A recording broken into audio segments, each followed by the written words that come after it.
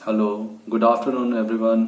स्वागत है आप सभी का हमारे यूट्यूब चैनल पर जिसका नाम है सौरभ क्लासेस फॉर हिस्ट्री। आज मैं एमए सेमेस्टर 1 के सब्जेक्ट कोड CC1 से, जिसका नाम है आपका एनिसेंट सिविलाइजेशन, इस पेपर से यूनिट 2 के सेक्शन C, जिससे एक टॉपिक मैंने लास्ट वीडियो में बताया था, अखनाटन। आज वही यूनिट 2 के सेक्शन C में हमें एक और शासक के बारे में जानना है, मिस्र के आधुनिक शासक के बारे में, जिनका नाम है अम्नोहोतप तृतीय। अम्नोहोतप तृतीय ये मिस्र के आधुनिक राजवंश के एक प्रमुख शासक हुए। इन्हीं की मृत्यु के पश्चात अम्नोहोतप चतुर्थ, जो अखनाटन के नाम से मिस्र की राजगद्दी पर बैठे थे। तो चलिए अम्नोहोतप तृतीय के विषय में, उनकी उपलब्धियों के विषय में हम देखते हैं। मिस्र के इतिहास में अम्नोहोतप तृतीय का शासनकाल काफी महत्वपूर्ण रहा है। यद्यपि उसके शासनकाल में मिस्र के 18वें राजवंश का पतन प्रारंभ हो गया था, लेकिन अम्नोहोतप तृतीय इस पतन की प्रक्रिया को रोकने में असमर्थ था। दरअसल अत्यंत कठिन परिस्थितियों में अम्नोहोतप तृतीय मिस्र का शासक बना, लेकिन वह एक शांतिप्रिय तथा कलाप्रिय शासक था। राजनीतिक अस्थिरता को संभालने की क्षमता उसमें रही थी, लेकिन इसके बावजूद उसने अनेक उपलब्धियां हासिल की। शासक बनने के बाद उसका विवाह रानी टाई से हुआ। शादी के बाद टाई का राजनीतिक हस्तक्षेप काफी बढ़ गया था। इस प्रभाव का अनुमान इस बात से लगा सकते हैं कि सभी राजकीय दस्तावेजों पर राजा के साथ रानी टाई का नाम मिलता है। अम्नोहोतप, जिसे शानदार राजा माना जाता था, ऐसे समय राजा बना जब मिस्र की शक्ति अपने चरमोत्कर्ष पर थी। शक्ति के साथ इसकी संपन्नता भी बढ़ गई थी। खेतों में अनाज प्रचुर मात्रा में उत्पन्न होते थे तथा कला कौशल के क्षेत्र में अभूतपूर्व विकास हुआ। दरअसल अम्नोहोतप तृतीय की सफलता तथा समृद्धि की बुनियाद थूटमोज तृतीय की विजयों के कारण पड़ी थी। थूटमोज तृतीय ने एक विशाल साम्राज्य की स्थापना की तथा एक शक्तिशाली सेना का संगठन कर राजकीय कोष को समृद्ध किया और इस बढ़ी हुई प्रतिष्ठा एवं समृद्धि की विरासत में अपने उत्तराधिकारियों के लिए छोड़ गया, जिसके फलस्वरूप अम्नोहोतप तृतीय की सफलता और शान शौकत में उत्तरोत्तर वृद्धि हुई। अम्नोहोतप का विस्तृत विशाल साम्राज्य विरासत के रूप में प्राप्त करते हैं, इसलिए उसने अपना सारा ध्यान कला और कौशल के विकास में लगाया। इस दौर में वाणिज्य व्यापार की अब अद्भुत प्रगति हुई। नील नदी घाटी एक बहुत बड़ा व्यापारिक केंद्र बन गई। इस बंदरगाह से देशीय अंतर्देशीय व्यापार होते थे। अम्नोहोतप तृतीय ने वाणिज्य व्यापार के विकास के लिए समुचित प्रबंध किए व्यापार के नियंत्रण तथा उन्नति के लिए उचित नियम बनाए गए। फराओ, जिसे राजा भी हम फराओ को वहां के जो मिस्र के राजा होते थे उन्हें हम फराओ के नाम से भी कहते थे। तो फराओ ने सामूहिक पुलिस का प्रबंध किया जो नील नदी के डेल्टा के समुद्र तट का निरीक्षण करती थी। पुलिस चुंगी अर्थात टैक्स, चुंगी करों की वसूली का काम भी करती थी। फराओ अर्थात वहां के शासकों ने उपयोग के लिए जो माल आता था उसको छोड़कर शेष सभी सामानों पर चुंगी वसूलने से का काम पुलिस द्वारा किया जाता था, जिससे काफी ज्यादा आमदनी होती थी। वाणिज्य व्यापार की वृद्धि से देश की समृद्धि बढ़ी तथा गुलामों की संख्या में भी पर्याप्त वृद्धि देखी गई। फराओ अब शान शौकत तथा विलास का प्रतीक बन गए और उसका दरबार इन सभी वस्तुओं का केंद्र बन गया। राजधानी की शान शौकत और ऐशो आराम ने पुराने सांस्कृतिक मूल्यों तथा प्राचीन आदर्शों का बहिष्कार किया। फलतः नए सांस्कृतिक आदर्श तथा ऐशो आराम की भावना ने फराओं से लेकर लिपिकों तक के जीवन को समृद्ध बनाया और उनके जीवन को देखने से इस पर पर्याप्त जानकारी प्राप्त होती है।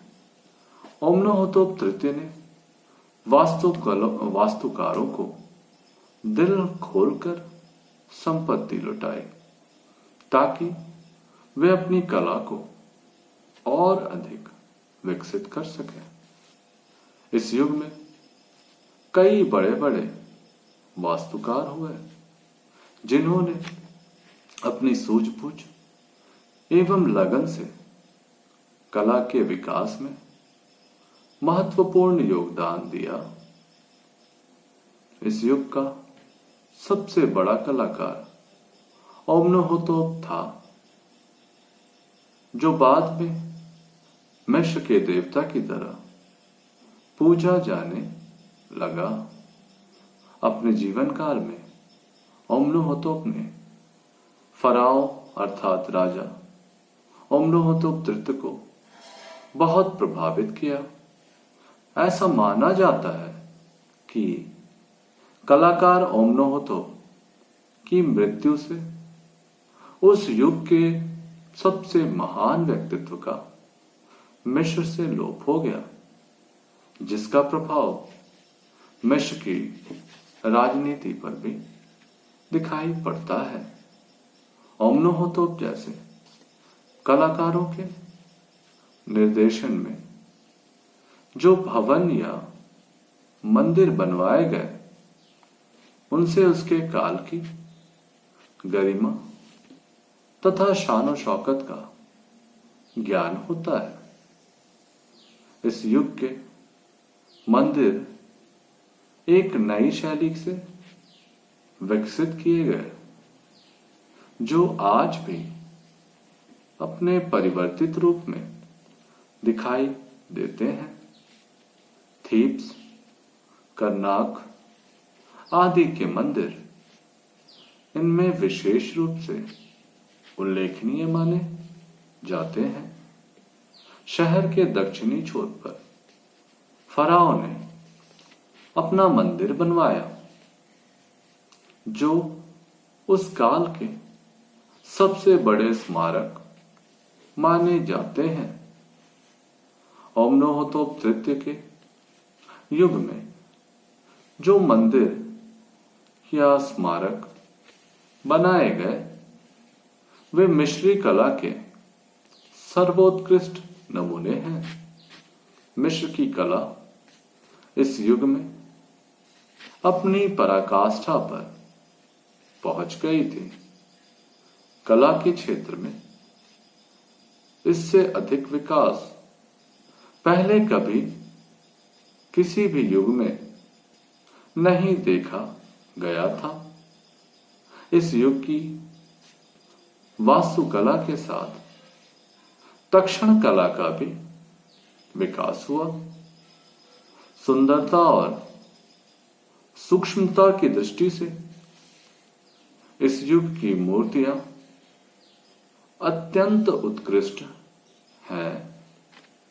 इनमें मानव जीवन के विविध पहलुओं तथा मनोदशाओं का सुंदर चित्रण दिखाई देता है।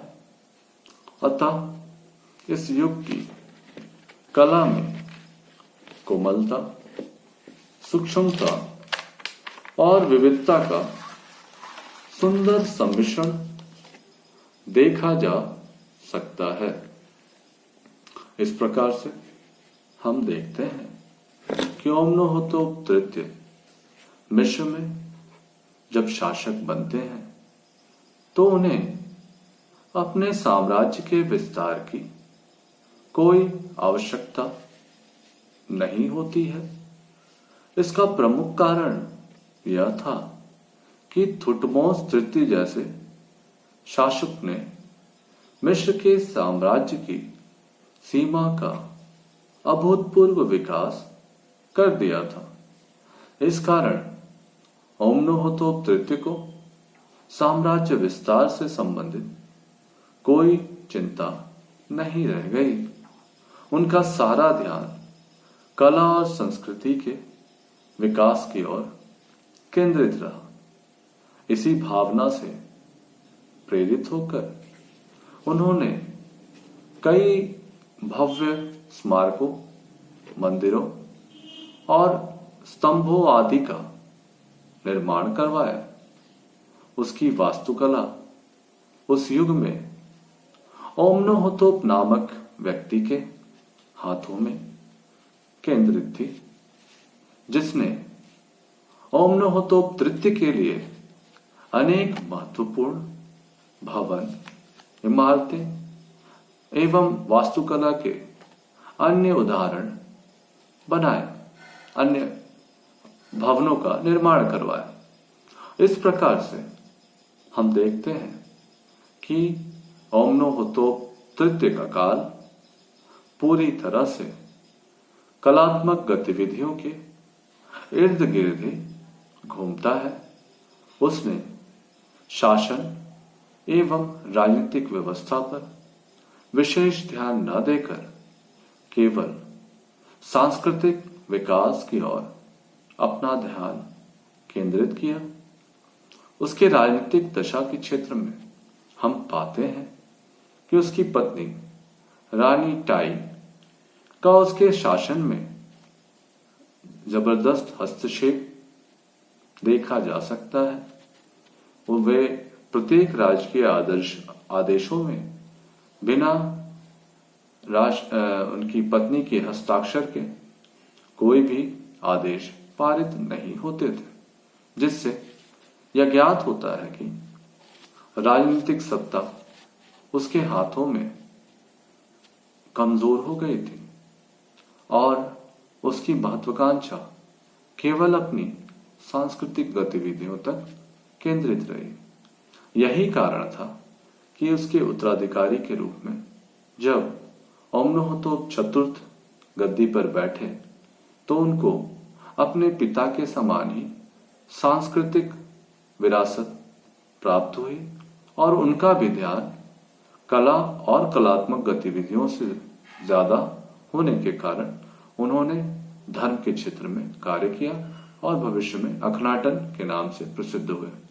तो कुल मिलाकर हम पाते हैं कि ओमनोहोतोप तृतीय का शासनकाल सांस्कृतिक एवं वास्तुकला के दृष्टिकोण से उपलब्धियों भरा काल मान सकते हैं। इस कालखंड में राजनीतिक क्षेत्र में कोई उपलब्धियां हासिल नहीं हुई।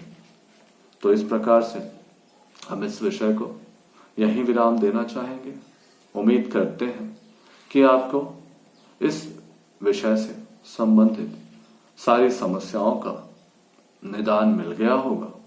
यदि आपके मन में इस विषय से संबंधित कोई भी प्रश्न होते हैं तो आप हमें हमारे इस चैनल के नीचे कमेंट सेक्शन में अपने सवाल भेज सकते हैं। हम उस सवालों को जवाब देंगे। और एक बात और हम कहना चाहेंगे कि इससे संबंधित प्रश्न हमसे ऐसे पूछे जा सकते हैं कि मिस्र के इतिहास में या आधुनिक मिस्र के इतिहास में, आधुनिक राजवंश के शासनकाल में मिस्र के ओमनुहतोप तृतीय की उपलब्धियों पर प्रकाश डालें। या फिर ऐसे भी प्रश्न हमसे पूछा जा सकता है कि ओमनुहतोप तृतीय केवल सांस्कृतिक उपलब्धियों के काल के लिए जाना जाते हैं, व्याख्या करें। तो किसी भी तरह से प्रश्न आएंगे आप उनकी उपलब्धि या उनके सांस्कृतिक गतिविधियों से संबंधित, तो आपको यही अंकित करना है। तो हम इन्हीं शब्दों के साथ आज की क्लास को समाप्त करेंगे। हम अगली क्लास में फिर एक नए विषय के साथ आप सबके सामने उपस्थित होंगे। धन्यवाद।